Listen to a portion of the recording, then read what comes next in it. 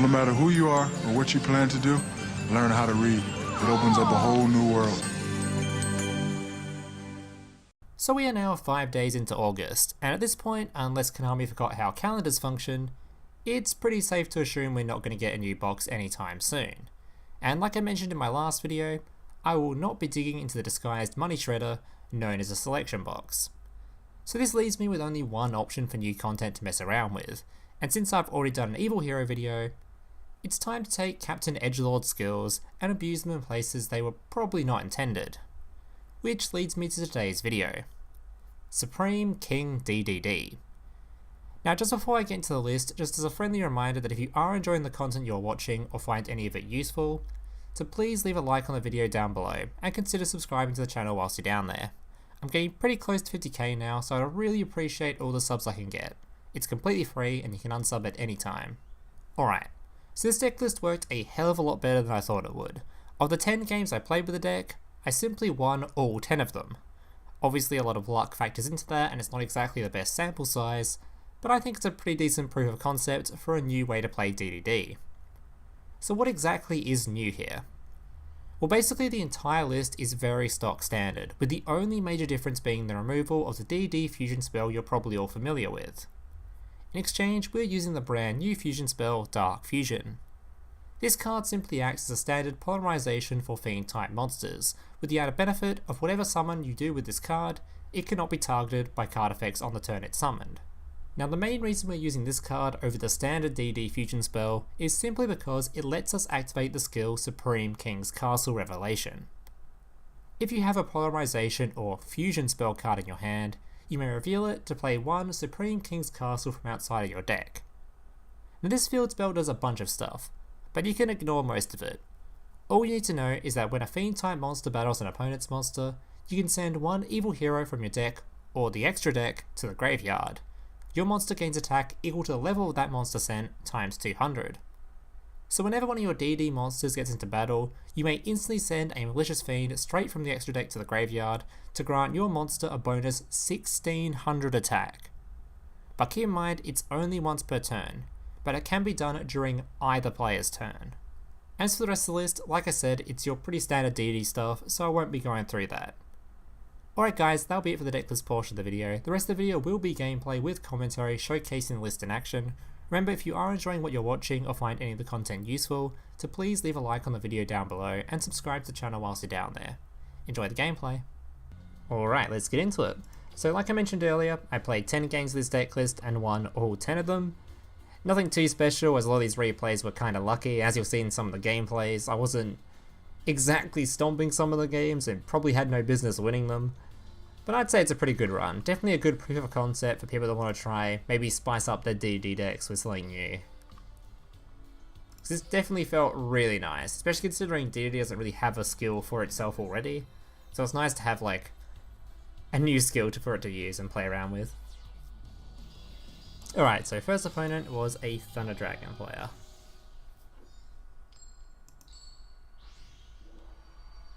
There's nothing too spicy about this replay, this is more just a proof of concept kind of thing, showing how useful the skill can be.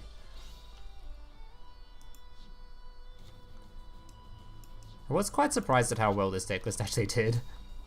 I never thought in my wildest dreams that this deck would go 10-0.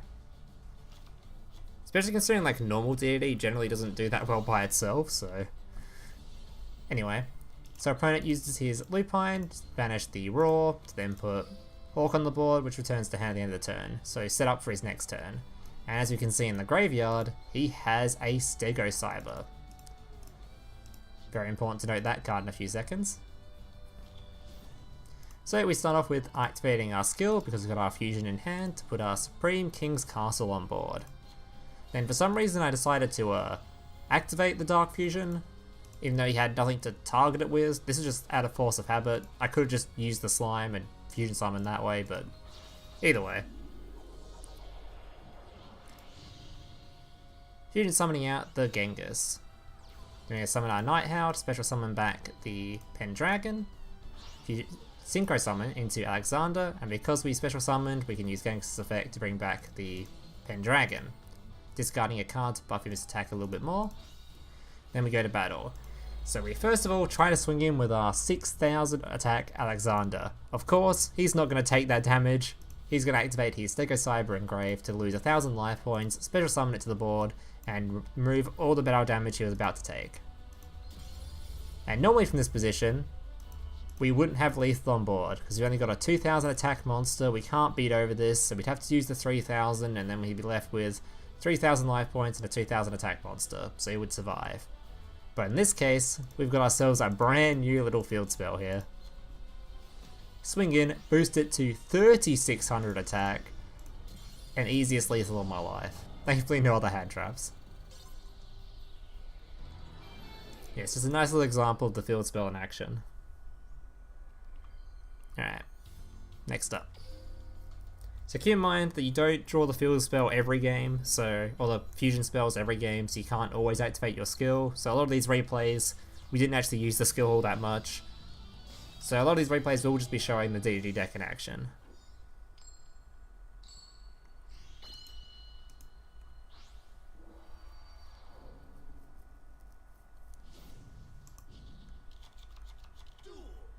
Alright.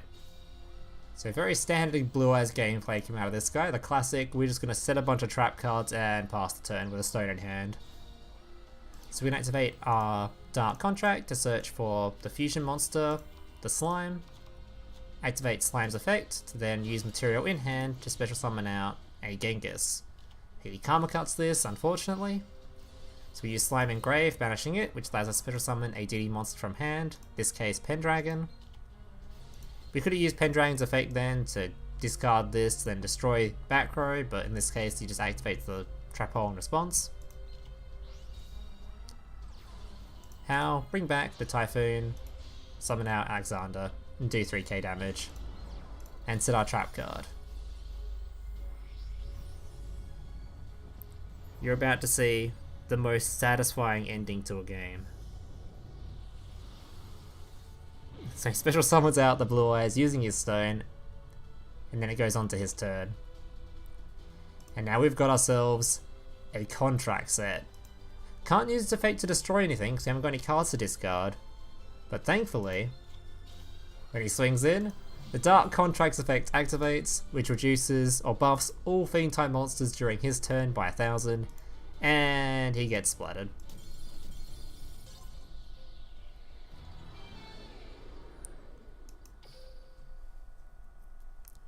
Easiest game of my life.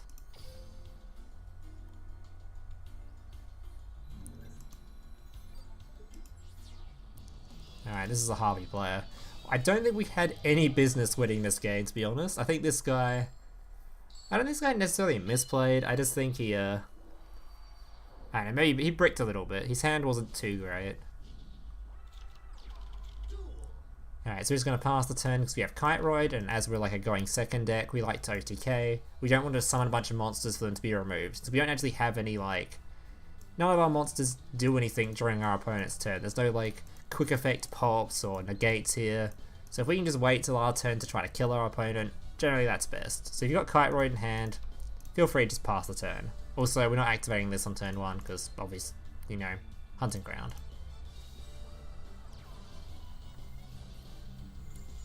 Alright, summoning the Oracle, having to use Swallow's Nest to swap it out. Normally this is a, not what you want to do. You want to start with the Perfumer or start with the Channeler. Sadly, he had to use his Swallow's Nest. That's what I mean by he bricked a little bit. Force the poor guy to use his Swallow's Nest. Alright, so just an Egotist, special summons out a Harpy Lady, goes into Slash. Then he uses his second Egotist. Important to note, this is the last Egotist in his deck. Swings in, we double Kiteroid. With decks like this one, where your continuous spells do damage to you, you take 1000 damage, you're going to want to Kiteroid every bit of damage they swing at you. You're not going to be like, oh, we'll just Kiteroid the 2900 and take the 1600, because this card's going to actually decimate your life points. So I prefer to just... Maybe it's just personal preference, but I prefer to Kiteroid basically any kind of damage you're about to take. Don't let any of it through. Alright, so I think I misplayed this a bit, because I'm not really sure how to I'm not super versed in playing DDD, so there's probably a better way I could have played this turn. Basically the entire turn I was just hoping he'd activate one of his back row cards, like if he had a Treacherous or something. But he didn't really do anything, he just kind of waited, which was the correct thing to do. So we summon our Genghis, use our Slime to special summon our boy from hand. Then, because we special summoned, we can use Genghis' effect, special summon Typhon. And this whole time, he didn't activate a single piece of back row, so he couldn't free up any of our board slots to summon Nighthowl and go into our 3k monster. Was a bit unfortunate, but yeah, I think I could have played this turn better, but whatever. Activate Slash, returns our card to hand. Thankfully we have enough damage still to beat over the Cyber Lady. Or Harpy Lady.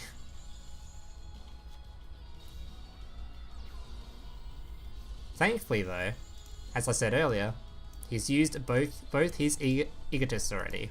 So he summons his Harpy Perfumer, there's no more Egotist in deck, so he can't do any nice little Xyz summons here and summon the Banishy Boy and banish my card and beat me to death. So instead, he has to add Feather's Rest. Definitely not what he was looking for.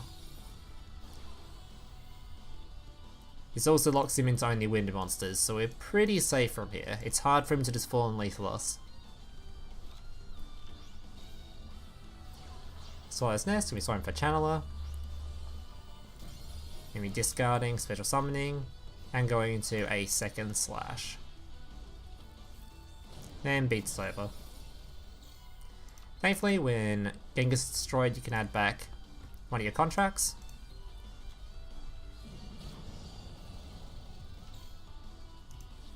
Alright. Activating contracts, this will search for our slime so we can fusion summon using cards in hand. Going into our Oracle, making sure to send Typhoon to grave for later, in case you want to maybe go into these two into Beowulf. Nighthowl, going to be bringing back the boy, Alexander, and instead we're going to special summon Pendragon from hand, so we can try to remove the back row. And he's out of there. Easy 6,000 attack, Alexander. Yeah, I don't think we had any business winning that game, but we'll take it.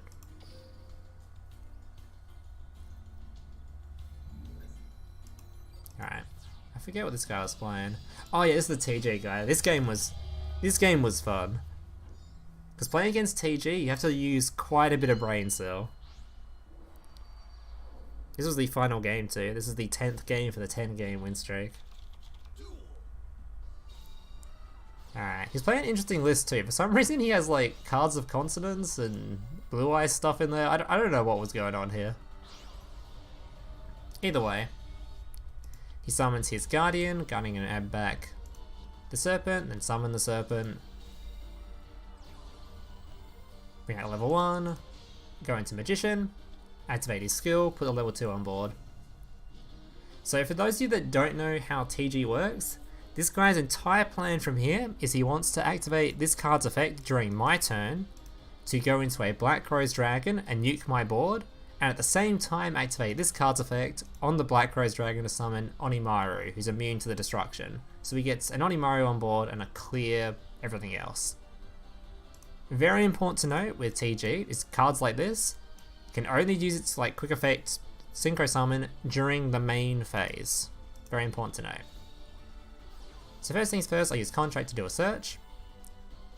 I decide here that I didn't have enough resources to do what I wanted to do, so I was like, I can hide behind Kiteroid another turn, I don't give half a shit what he does. So we're going to pass the turn again. He smartly doesn't do anything, because if he used his effects then and went full combo into whatever else, he loses his whole chance to do the Black Rose Dragon combo. Not sure why he didn't at least swing in with this though, he could have just done 1900 to me but chose not to. Don't know about that one. Either way. So we're going to add our Typhoon. Not going to activate our skill yet, because we know he wants the Black Rose. So we're going to Fusion Summon into our Oracle. And then from here, we attempt to go to the battle phase. It doesn't show it here, but I attempted to go to battle phase, and because I'm about to go into it, he activates his effect, does his full combo.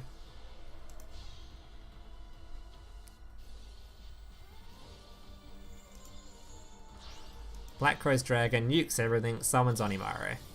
Now because I only attempted to go to the battle phase, I can still cancel it and go back to the main phase as if I didn't do anything. So we're still in our main phase here. So we activate our skill, put our King's Castle on board, activate our Dark Fusion, Fusion Summon into our big boy, Ragnarok. We use our Nighthowl, bring back the Pendragon, Synchro Summon Alexander, then using our Typhoon and Grave, we can summon out Beowulf. And he's not going to let us beat him to death, but my god did we have overkill there. We had a 6,000 attack monster, we had a Beowulf that would have, not Beowulf, we had a Ragnarok that would have stolen his monster, making this like 6,200. We had the field spell for an extra 1,600 damage. This guy was very overkilled.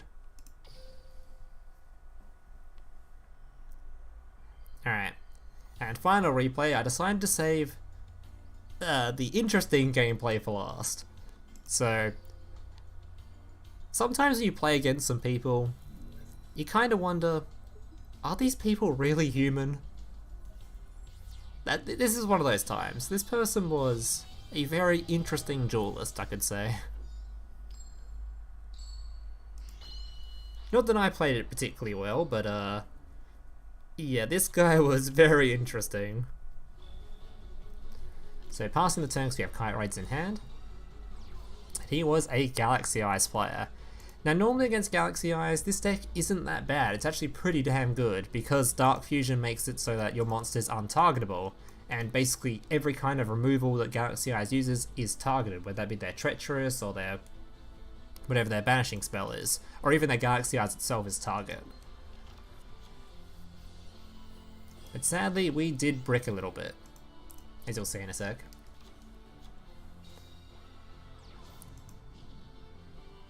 So this is confirmation that he does have a Photon Stream in hand. Remember this. This guy does in fact have his Photon Stream. He didn't brick, he has got this in hand. Goes into Galaxion, special summons the guy from deck. We'll watch the pretty animation. Still probably the best animation in the game.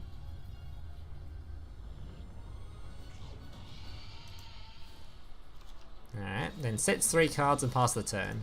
We're Kiteroiding as per normal. Alright, so we bricked pretty hard here. This hand is... it's playable in that we can summon stuff, but we haven't got a whole lot of options. We can't summon Beowulf because we don't have enough D2D. We don't have a D2D monster or a way to search it. We're basically only able to summon this dude. So it wasn't a very good starting hand, it was pretty damn average. So Dark Fusion into King. Now, keep in mind, this guy only has 2800 attack, alright? And the monster I'm about to summon only has 2300. So I choose to swing in. At this point, I'm thinking the game's over. He can just activate his quick play spell, banish our castle, but for some reason he's like not doing that. So swinging in, getting our bonus attack damage on our Oracle for 4400 damage into his 2k.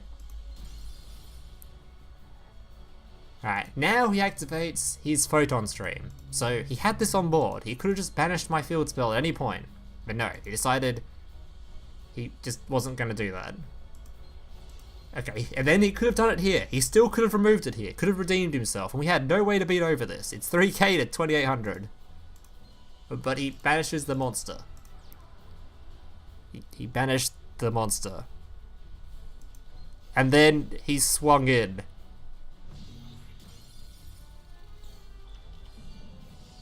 Yeah. At this point, by the way, I could have used my slime to summon this dude from hand, but I was a little bit scared of Treacherous, so I didn't do that. I decided to fuck it and do it here, because if he Treacherous, we could just summon Nighthowl anyway. Either way, he was dead. Alright guys, that's it for the gameplays. I hope you guys enjoyed them. If you did, make sure to leave a like, subscribe if you're new around here, comment, all that kind of stuff. Thank you guys for watching, I hope to see you in the next one. Laters. Hey, big brother, can I watch SpongeBob? Shut up, Mokuba. I'm busy flagging YouTube videos to compensate for the fact that I have an extremely small penis. Oh.